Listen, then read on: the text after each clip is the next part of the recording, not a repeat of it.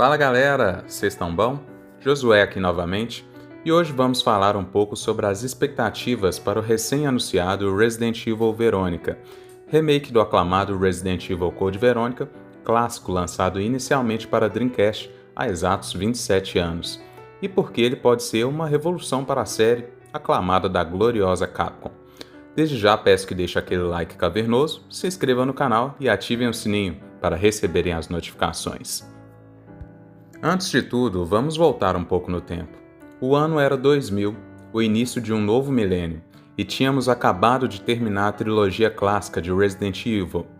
A Capcom tinha uma missão importante: fazer um próximo jogo de Resident Evil que continuasse o sucesso atingido anteriormente pela franquia. Mas a fórmula já estava começando a se desgastar, então a Capcom usou as suas melhores técnicas para entregar um jogo que ainda usava o esquema anterior de câmeras fixas e algumas partes do cenário pré-renderizado, e ao mesmo tempo inovar, com grande parte do cenário em 3D e câmeras que em certas partes acompanhavam o personagem. A Capcom, em parceria com a Sega, então lançou o aclamado Resident Evil Code Verônica, jogo que foi exclusivo temporário do primeiro console de 128 bits da sexta geração de consoles. Na época, o jogo foi revolucionário. Apresentava gráficos como nunca antes visto na franquia e foi um dos jogos de destaque para a janela de lançamento do Dreamcast. A Capcom pegou todo o seu aprendizado que teve na franquia inicial e impulsionou tudo isso para aproveitar a potência do console novo da Sega naquela ocasião. Lembro como se fosse hoje, a primeira vez que vi esse jogo rodando. Eu vi a personagem principal empunhando duas semi-metralhadoras e atirando nos zumbis, com gráficos e brutalidade que para a época eram de saltar os olhos, viu? E será que o remake então que lançará agora em 2027 poderá cumprir também esse feito? Agora, para dar um contexto de enredo para vocês, vou falar sobre algumas curiosidades. Apesar de não ser um jogo numerado, Resident Evil Code Verônica não trata-se de um spin-off, e sim de um jogo tão importante quanto os outros numerados. Para vocês terem uma ideia, ele dá continuidade direta dos acontecimentos do segundo título, mostrando a busca de Claire Redfield por seu irmão Chris, que vai até a Europa, rastreando assim os últimos passos de seu irmão, e também dando um desfecho para a família Ashford, família que está no centro dos acontecimentos da franquia, sendo o patriarca da família um dos fundadores da Umbrella Corporation, corporação maldita e responsável pelas atrocidades ocorridas em Raccoon City. Edward Ashford, um dos cabeças junto a James Marcus e Oswald E. Spencer, para a construção do império maldito da Umbrella Corporation.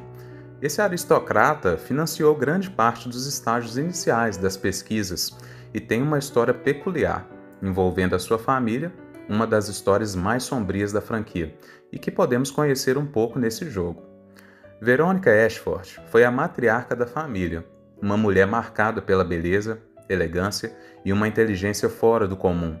Seu legado foi tão forte que gerações depois, Alexander Ashford, filho de Edward Ashford e herdeiro direto de sua herança, tentou recuperar a grandeza perdida da família, usando o DNA do corpo mumificado de sua ancestral.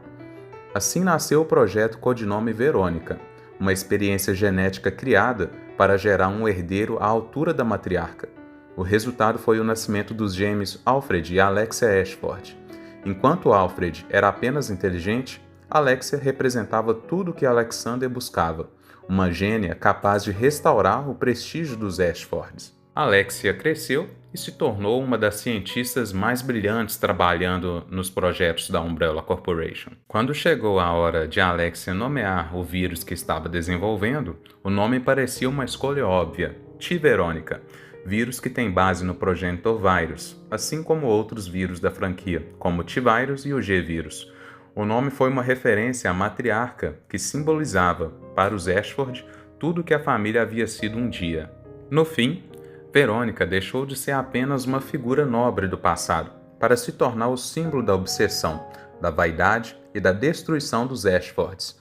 Em Resident Evil, até o legado mais grandioso pode ser corrompido.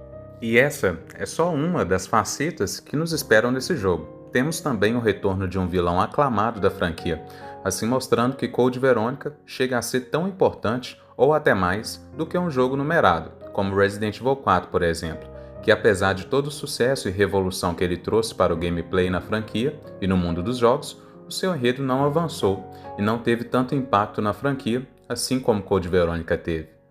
O remake, que aguardamos tanto, tem o potencial de repetir os feitos do jogo clássico atualmente, pois estamos em um momento que a franquia está em seu ápice novamente.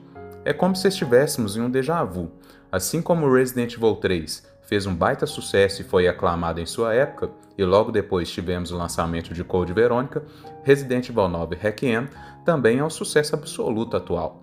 E apesar de alguns pequenos erros, ele está sendo aclamado pelo público e pela crítica.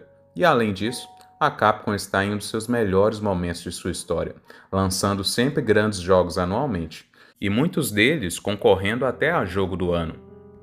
Com o seu forno de produção que se chama Re-Engine, a engine que produz jogos com uma precisão assustadora, a Capcom provavelmente vai nos entregar um jogo que pode até mesmo revolucionar, sendo um dos melhores remakes da história.